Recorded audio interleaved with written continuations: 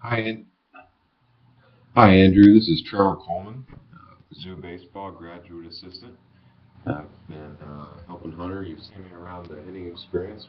Today, I wanted to break down your swing, starting with some key fundamentals, and then talking about some areas of improvement I see in your swing. First, though, I want to thank you for your participation in the hitting experience this fall. It's something we look forward to continuing to do, possibly early this next spring, but also next fall. So we look forward to hopefully having you back. We hope that you've enjoyed it, being able to compete against your peers. So let's go ahead and start with your video. We're going to watch a couple swings here. The way we have this recorded through this video camera, it automatically records in slow motion. So I'm going to skip through to the beginning parts of your swing, otherwise it gets kind of drawn out here. So let me see where we're at. Let's skip us forward a second. And let's watch your swing a couple times through.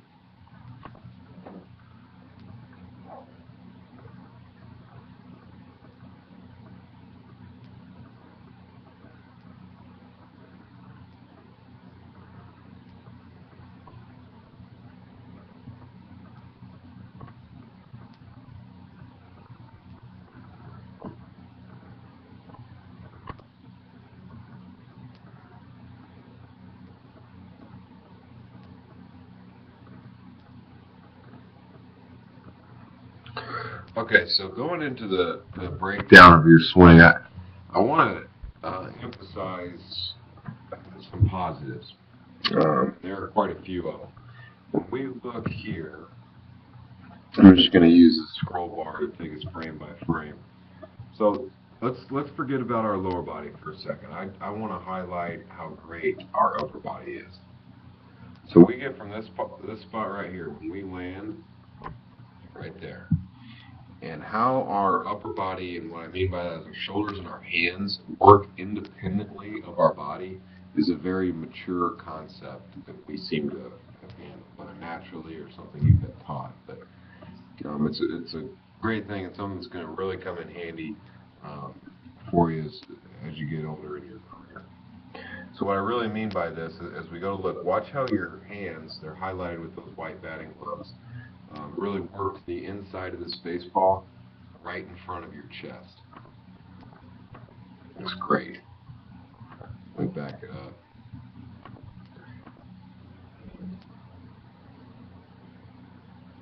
So we get to that point right there, and there is a tremendous amount of what we call bat lag. Your barrel's lagging behind the bat, and it's great.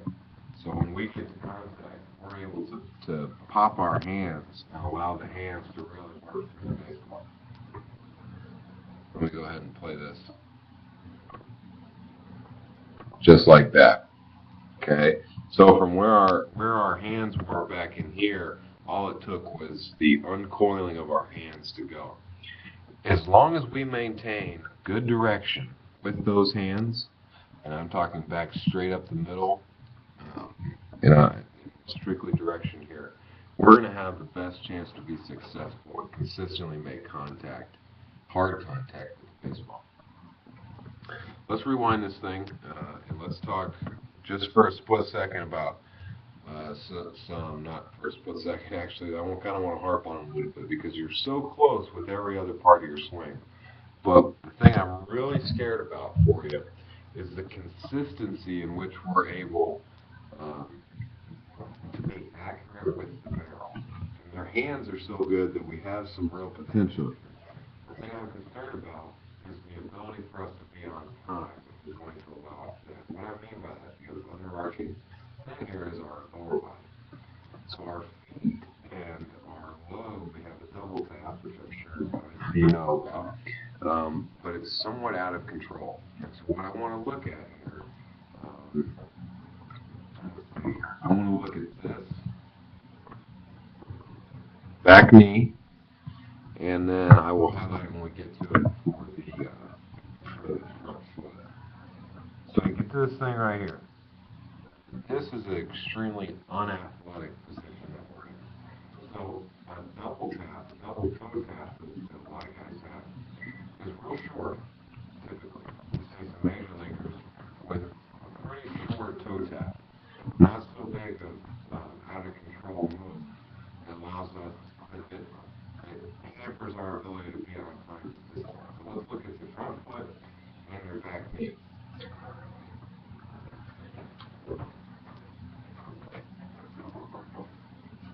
As we go back, we have to stride so far, another, obviously the opposite direction that it came from, that we tend to get our directions mixed up. This seems to be pointing a little towards the pitcher, but it's also just flat out under control. The foot, when it comes in, if you look at it,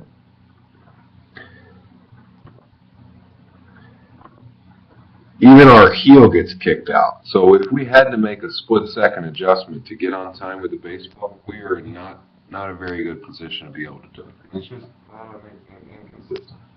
So refining that is going to be a key to getting your swing going and getting it going in the right directions. Like I said, your hands are really good right now for your age. So anyway, let's talk about your back foot, your back knee.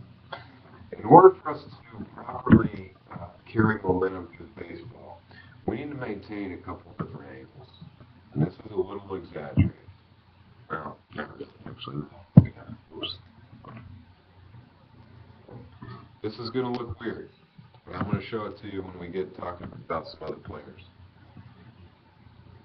For our hips to really be coiled, just to unleash our energy and our momentum rotationally and linearly through the baseball, we need to maintain angles within our body. So right now, let me get this back out here. Our knee is in front of our foot, which is great.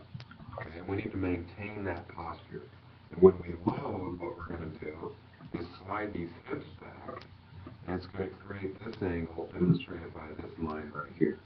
So our hip is going to be just over our knee, and our knee is going to be just inside of our foot.